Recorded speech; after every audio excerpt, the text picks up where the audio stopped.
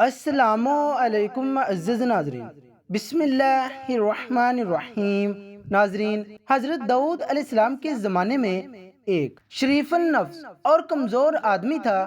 اللہ تعالیٰ کے حضور دعا کرتا رہتا تھا کہ مجھے غریب بے سہارا کو غیب سے روزی عطا فرما اور مجھے محنت و مشقت کے عذاب میں نہ ڈال۔ مریل گدھے پر گھوڑوں اور اونٹوں کا بوجھ نہیں لادا جا سکتا، پاؤں والے تو چل کر روزی پیدا کر سکتا ہے، اور جس کے پاؤں ہی نہ ہو اس کو تیرا ہی آسرا ہے۔ اے سب کے سننے والے، میں منہ سے ہی تجھ سے مانگ سکتا ہوں، لیکن مشقت کرنے کی طاقت نہیں رکھتا۔ بس یہی ورد و وظائف اس کی دن رات کی مصروفیت تھی۔ اس کا یہ عمل ہر عام و خاص میں مشہور ہو چکا تھا۔ لوگ طرح طرح کی باتیں کرتے، خدا نے ہر شخص کی روزی محنت و مشقت کے راستے اتاری ہے، لیکن اسے دیکھو ہاتھ پیر ہلائے بغیر خدا سے اپنا رزق طلب کرتا ہے۔ پیغمبر خدا کو دیکھو جنہیں اللہ نے معجزے بھی عطا کیے، خوش الحان ایسے کہ جن و انس چرند پرند تو ایک طرف پہاڑ بھی متاثر ہوتے ہیں، باوجود اتنی شان کے کہ وہ بھی بغیر مشقت کے روزی حاصل نہیں کرتے۔ مگر اسے دیکھو، یہ ناکارہ انسان یہ چاہتا ہے کہ اسے بیٹھے بٹھائے خزانہ مل جائے اور کوئی کسب نہ کرنا پڑے۔ لوگ سو باتیں کرتے، مگر وہ کسی کی پرواہ نہ کرتا، برابر اپنی آہوزاری میں لگا رہتا۔ اس کی دعا کا چرچا سارے شہر میں عام ہو گیا کہ ایک ایسا انسان ہے جو خالی تھیلی میں پنیر حاصل کرنا چاہتا ہے، جو تلاش کرے آخر اس کو مل جاتا ہے۔ خدا سب کی دعائیں سنتا اور مرادیں پوری کرتا ہے۔ اس شخص نے دعا اور رونے دھونے کی حد کر دی تو رحمت جوش میں آ گئی اور اس کی مراد بر آئی۔ زور سے دروازہ کھلا اور ایک گائے اس کے گھر میں گھس آئی۔ اس نے فوراً گائے کو پکڑ کر اس کی ٹانگیں باندھ کر بے تحمل حلق پر چھری پھیر کر ذبح کر دیا۔ پھر قصاب کو بلوایا کہ اس کو کاٹ کر بوٹیاں بنا دے۔ گائے کا مالک گلی کوچوں کی خاک چاندتا ہوا گائے تلاش کرتا ہوا ادھر آ نکلا، دیکھا کہ گائے ذبح بھی ہو چکی ہے اور قصائی اس کی بوٹیاں کرنے میں بھی مصروف ہے۔ اس نے رونا دھونا اور چلانا شروع کر دیا، ارے ظالم، یہ کیا غضب کیا، یہ گائے تو میری تھی، تجھے بلا کیا حق تھا اسے پکڑ کر ذبح کرنے کا۔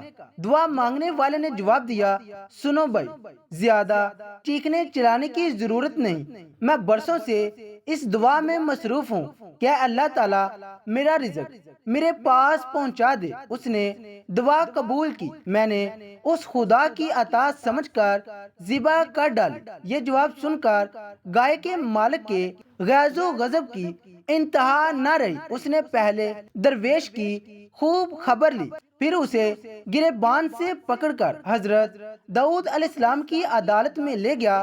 لوگوں نے گائے کے مالک کی بات سنی تو اسے حق پر قرار دیا۔ درویش نے اس بے بسی کی حالت میں آسمان کی طرف دیکھ کر کہا، اے خدائے رحمان الرحیم، تو اچھی طرح جانتا ہے کہ میں نے اپنی آرزو کی تکمیل کے لیے سینکڑوں روز و شب آہوزاری کرنے اور دعا مانگنے میں صرف کیے، اور میں نے جو خواب دیکھا تھا اس نے مجھے بندگی میں مست کر دیا۔ میری مثال اس مست اونٹ کی سی ہے جو سستی اور تھکن محسوس کیے بغیر منہ سے جاگ نکالے بوجھ اٹھائے چلتا ہے کہ میں اپنے اونٹنی سے ملاب کروں۔ میں نے جب اپنی مراد پائی تو یہ مجھے تیرے بندے نافرمان سمجھ کر شیطان کی طرح کوس رہا ہے۔ اے اللہ، میں تو ہمیشہ تیرے ہی آگے دست سوال درازی کرتا ہوں، تو میری پردہ پوشی کر لے اور مجھے ذلیل ہونے سے بچا لے۔ گائے والے نے چلا کر کہا، آسمان کی طرف کیا دیکھ رہا ہے، میری طرف دیکھ اور حقیقت کا سامنا کر۔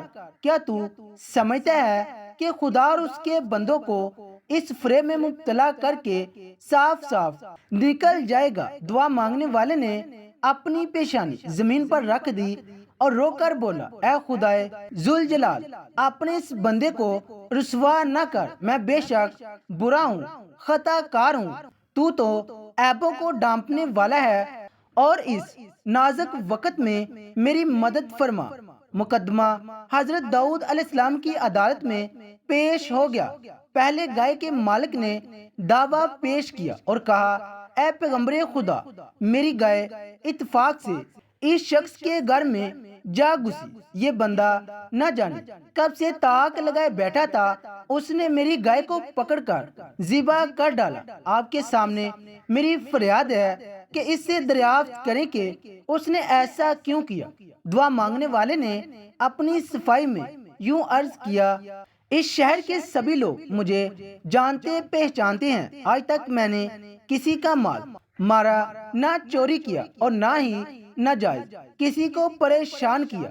میرا گزشتہ کئی سالوں سے یہ معمول رہا کہ شب روز بارگاہ الہی میں یہ دعا کرتا رہتا تھا کہ بغیر محنت و مشقت کے مجھے رزق عطا فرما۔ آخر مسلسل دعاؤں کے بعد اللہ تعالیٰ نے میری آرزو سنی اور یہ گائے خود بخود میرے گھر میں گھس آئی۔ میری آنکھوں میں اسے دیکھتے ہی نور آ گیا کہ حق تعالیٰ نے میری دعا قبول فرمائی اور رزق حلال بغیر محنت کے مل گیا۔ میں نے اللہ کا شکر ادا کرتے ہوئے اس گائے کو ذبح کر ڈالا۔ یہ شخص نہ جانے کہاں سے شور مچاتا ہوا آ گیا اور کہنے لگا کہ گائے میری ہے۔ حضرت داؤد علیہ السلام نے یہ سن کر فرمایا کہ ایسی معقول دلیل دے جس کی بنا پر تو نے گائے ذبح کی۔ تیرے بیان سے یہ ثابت ہوتا ہے کہ وہ گائے تجھے مالک نے دی، نہ تو نے خریدی۔ دعا مانگنے والے کی آنکھوں میں آنسو آ گئے۔ اے پیغمبر خدا، آپ بھی وہی کہنے لگے جو دوسرے کہہ رہے ہیں۔ ایک آہ دردناک اس کے دل سے نکلی اور اس نے آسمان کی طرف نگاہ اٹھا کر کہا، اے میرے دل کا درد جاننے والے، تو حضرت داؤد علیہ السلام کو روشنی عطا فرما اور انہیں حقیقت حال سے آگاہ فرما۔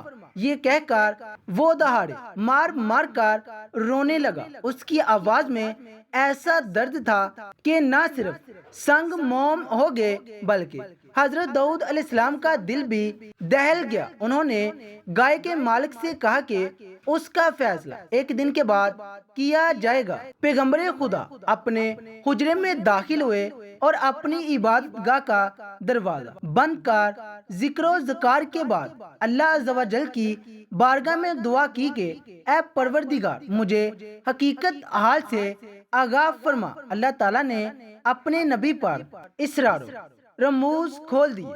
دوسرے دن دونوں کا طلب کیا گیا۔ حضرت داؤد علیہ السلام نے یہ فیصلہ دیا، گائے کے مالک کو کہا کہ اس شخص کا پیچھا چھوڑ دے اور اسے معاف کر دے۔ حق تعالیٰ نے تیرے گناہوں کی پردہ پوشی فرمائی ہے، تو بھی اس کی ستاری کا حق ادا کر اور اپنی گائے کی طرف سے صبر کر۔ حضرت داؤد علیہ السلام کا ارشاد سنتے ہی اس بدبخت نے کہا، کیا آپ کوئی شریعت نافذ ہو گئی ہے؟ آپ کے انصاف کی شہرت تو زمین و آسمان تک پہنچ چکی ہے، مگر میرے ساتھ ظلم کیوں؟ یہ انصاف نہیں، ظلم ہے۔ دوسری مرتبہ حضرت داؤد علیہ السلام نے فرمایا، اپنا سارا مال اور جائیداد اس مظلوم کے حوالے کر دے ورنہ تیری سخت رسوائی ہوگی، اور کچھ عجب نہیں کہ جو ظلم و ستم تو نے کیے ہیں وہ بھی ظاہر ہو جائے۔ گائے والے نے یہ کلمات سنتے ہی سر پر خاک ڈالنا شروع کر دی، گریبان پھاڑ ڈالا، بدحوث ہو کر اور منہ پھاڑ کر بولا، اے داؤد علیہ السلام، اچھا فیصلہ سنایا، مجھ پر ظلم و زیادتی کی حد کر دی۔ نعوذ باللہ، مجھے تو معلوم ہوتا ہے کہ تو اپنے ہوس میں نہیں رہا۔ حضرت داؤد علیہ السلام نے اسے قریب بلایا اور کہا، اے بدبخت، اس ہنگامے سے باز آ، کہیں یہ تیری ہلاکت کا باعث نہ بن جائے، جو تو نے بویا ہے وہ اب کاٹ۔ اب تیسری مرتبہ حضرت داؤد علیہ السلام نے ارشاد فرمایا تو اپنے اہل و عیال بھی اس کے حوالے کر دے۔ اس حکم پر وہ پتھر سے اپنا سر پھوڑنے لگا۔ لوگ بھی حیران تھے کہ حضرت یہ کیسا حکم دے رہے ہیں۔ تماشائی پیغمبر خدا کے حکم کی اصل وجہ سے نا واقف تھے۔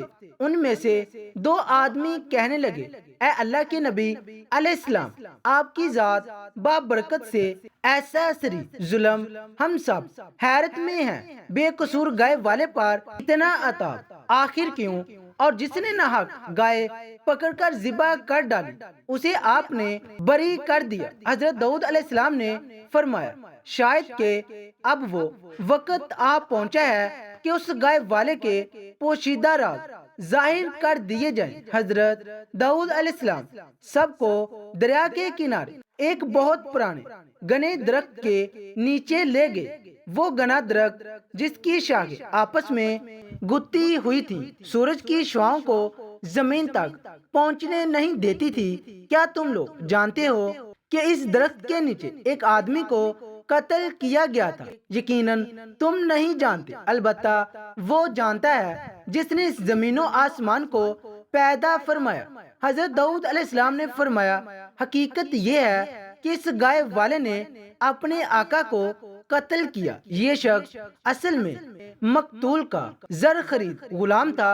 اس نے اپنے آقا کو قتل کر کے اس کے مال و دولت اور جائیداد پر قبضہ کر لیا۔ مظلوم دعا مانگنے والا اسی مقتول کا بیٹا ہے۔ پھر اس بے رحم اور سنگ دل شخص نے اپنے مقتول آقا کے کمسن یتیم بچوں پر ظلم ڈھانا شروع کیا۔ اس نے سب کچھ چھین لیا۔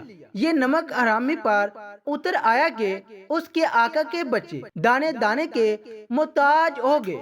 اس مرد نے اپنے گناہوں کا پردہ خود ہی فاش کیا۔ ظلم ہمیشہ روح کی گہرائیوں میں دبکا رہتا ہے، لیکن ظالم اسے خود لوگوں پر کھول رہا ہے۔ اے سگے دنیا، تو نے شریع کے مطابق اس مقدمے کا فیصلہ مانگا تھا، شریعت نے اپنا فیصلہ سنا دیا، اب اس کی تعمیل کرنا تیرا فرض بنتا ہے۔ تو نے اپنی صفاقی اور شکی و قلبی کا ایسا مظاہرہ کیا کہ خدا کی پناہ تو نے آقا کو اس طرح چھری سے ذبح کیا جس طرح اس دعا مانگنے والے نے تیری گائے کو ذبح کیا تھا۔ وہ خون آلودہ چھری راز فاش ہونے کے ڈر سے گرہ کھود کر تو نے دفن کر دی تھی۔ اس کا ثبوت یہ ہے کہ اس چھری پر اس کا نام کندہ ہے۔ حضرت داؤد علیہ السلام کے حکم پر زمین کھودی گئی۔ گڑھے کے اندر سے ایک شخص کی کھوپڑی اور لمبی سی چھری برآمد ہوئی۔ اب گائے والا خوف سے تھر تھر کانپنے لگا۔ تماشیوں پر سکتے کا عالم طاری تھا۔ لوگوں نے اپنے سر سے کپڑے اور ٹوپیاں ہٹا دی، ننگے سر ہو کر سامنے آئے اور عرض کرنے لگے، اے خدا کے سچے پیغمبر علیہ السلام، ہم فطری نابینا ثابت ہوئے، ہم نے آپ کی زبان مبارک پر اعتبار نہ کیا، آپ ہماری گستاخی معاف فرما دیں۔ حضرت داؤد علیہ السلام نے سب کو معاف کر دیا، پھر گائے والے کے بارے میں حکم دیا، چونکہ اس شخص کے ظلم کا پردہ کھل چکا ہے اور یہ قاتل ہے، اس لیے شریعت کا فیصلہ یہ ہے کہ اس سے قصاص لیا جائے۔ چنانچہ اسی چھری کے ساتھ اس کی گردن اڑا دی گئی۔ اللہ تعالی ہمیں بہتر عمل کرنے کی توفیق عطا فرمائے اور ہمارا خاتمہ ایمان پر فرمائے، آمین۔